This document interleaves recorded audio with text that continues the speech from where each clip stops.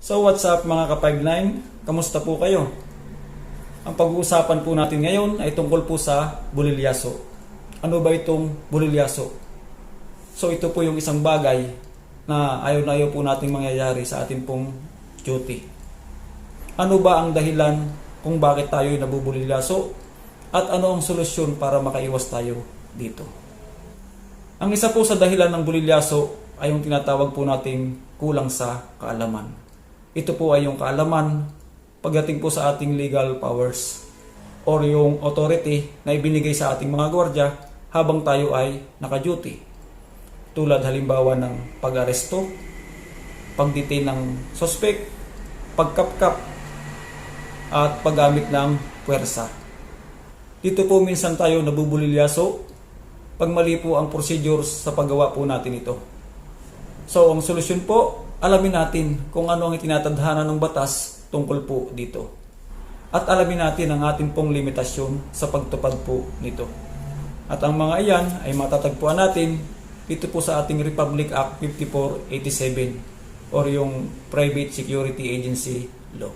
So ang isa pa po sa dahilan ng ating bulilyaso, tulog sa duty.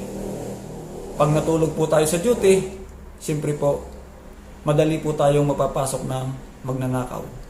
Malulusutan po tayo. Magiging delay po ang ating respond sa mga emergency situation. So, para po makaiwas sa tulog sa duty, maglaan po tayo ng sapat na oras ng pagpapahinga sa ating tahanan pag tayo po ay off duty. So, next po, isa pa pong dahilan ng bulilyaso, pag late po tayo pumapasok. So, pag late po tayo pumasok, hindi na po nagagawa ang maayos na turnover ng ating kapalitan. Pagdating po natin ay iiwan na po agad sa atin ng ating kapalitan yung mga ito turnover at hindi po yung AOR, assume na po agad natin nang hindi po muna natin iniikot yung area. Ngayon po, pag-assume po natin lang duty, pinirmahan na po natin yung logbook and then bago pa po natin ginawa yung pag-ikot or yung pag-roving. So pag-ikot mo po, napansin mo butas yung bakod, yun po ay magiging bulilyaso muna. Kasi inassume mo na yung duty. Nakalagay pa doon, assume post duties in normal situation. Tapos may perma ka pa. Kahit sa kanya yung nangyari, ikaw na matcha-charge doon na may bulilyaso. So kung pumasok ka sana ng maaga, ay nakaikot ka muna sa area at na-check mo kung talagang maayos yung area of responsibility na inassume mo. So yun po, ang solusyon po doon, pasok po ng maaga lagi para may sapat po tayong oras na maikot muna or marubing muna yung whole AOR or yung buong area of responsibility para masigurado po natin na yung ating i-assume ay normal situation. Makaiwas po tayo sa bulilyaso. So yun po. So next po, isa pang dahilan ng bulilyaso ay yung hindi maayos na pag-turnover. Nangyayari po ito pag nagmamadali po tayong umuwi. Minsan may nakakalimutan po tayong i-turnover. Minsan gamit, minsan naman po ay bilin. Yung bilin or orders ng company officials, nalilimutan po nating i-turnover. Kaya po nabubulilyaso po tayo. So ano pong solusyon? Ilagbook po natin yung mga bagay na ating ito-turnover at ganyan po yung bilin. O kaya naman po ay sulat po natin sa isang kapirasong papel yung mga bili po sa atin ng company officials or officers para po pagdating po ng ating kapalitan ay maisa-isa po natin sa kanya yung ating ito-turnover at wala po tayong makakalimutan. So isa pa pong dahilan ng bulilyaso ay yung pag-iwan natin sa ating pwesto ng walang kapalitan. Ito po yung tinatawag na abandonment of post. Paano po natin magagawa ang ating tungkulin bilang preventive officer kung tayo po ay wala sa ating pwesto? Paano po tayo makapagre-responde sa mga biglaang pangyayari o mga mapanganib na sitwasyon kung wala po tayo sa ating pwesto? So mabubulilyaso po tayo.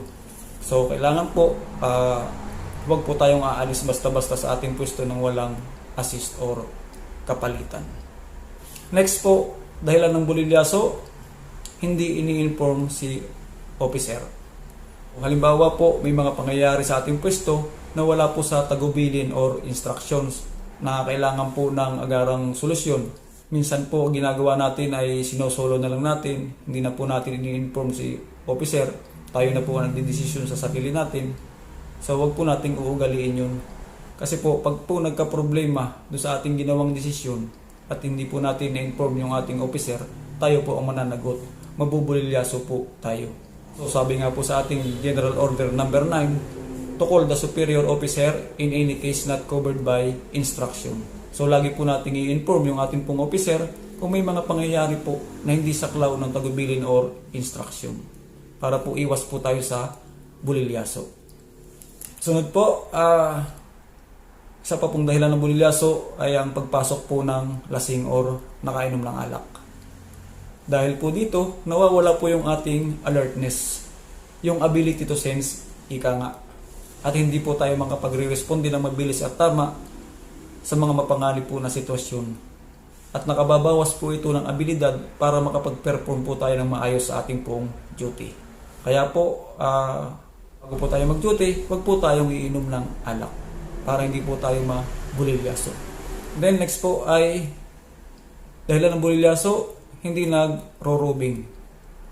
Kapag hindi po tayo nagro-robing sa ating AOR or yung area of responsibility, maaari po tayong manakawan, maaari tayong malusutan, at hindi natin mapapangalagaan ng maayos yung ating nasasakupan.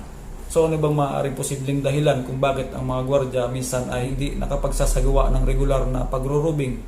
So maaari pong dahil sa cellphone, yung addiction sa mobile games or mobile videos.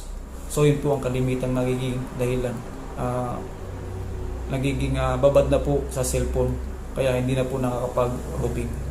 So ang solusyon po doon, kailangan po para hindi po tayo mabulilyaso, palagi po tayong mag-conduct ng regular na pagpapatrol or pagro-robing. At iwasan po natin ang paggamit ng cellphone habang tayo po ay naka-duty.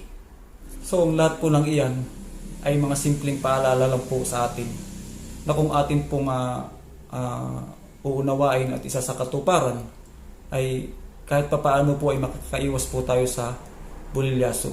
Alam naman po natin na pag tayo ay nabulilyaso, maaari po tayong masuspindi sa trabaho, maaari po tayong pagbayarin kapag tayo po ay nanakawan or nawalan, maaari po tayong matanggal sa ating trabaho, at maaari po tayong makulong or makasuhan kapag ang ating pong bulilyaso ay may kinalaman sa mga usaping legal.